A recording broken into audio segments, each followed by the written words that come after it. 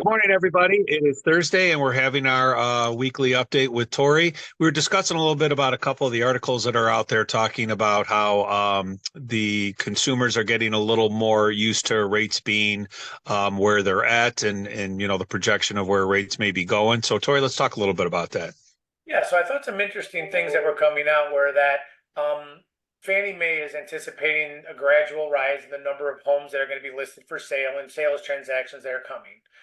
So that's good. I think what's happening is a lot of people are now coming to terms with different things. For an example, they had a really good terminology saying that there's rate related recalibration.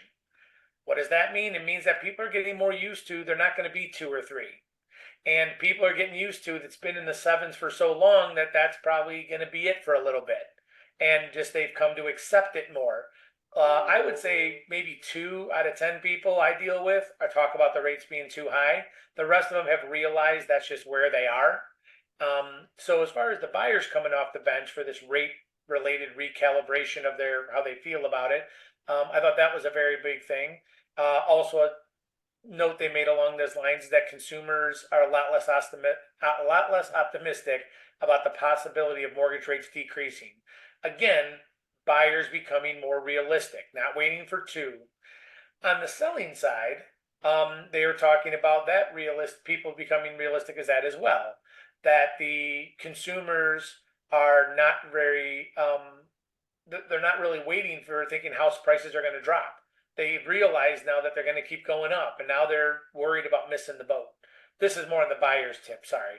On the seller's tip, me and Pete were talking that you know there was a time in history when the pandemic was here where everyone thought where a reason to move was because I could get twice the house for the exact same price because the rate was astronomically low. That was a reason to move. That's why so much movement came. People went up, people went down, people whatever they did it because their financial level could stay the same, but they can get more bang for their buck. That was one reason that people did move, and a lot of that happened. That one reason is now gone. That one particular reason of if the rate is just half of what I'm paying today, I could get double for my money. That one thing is gone. That's correct.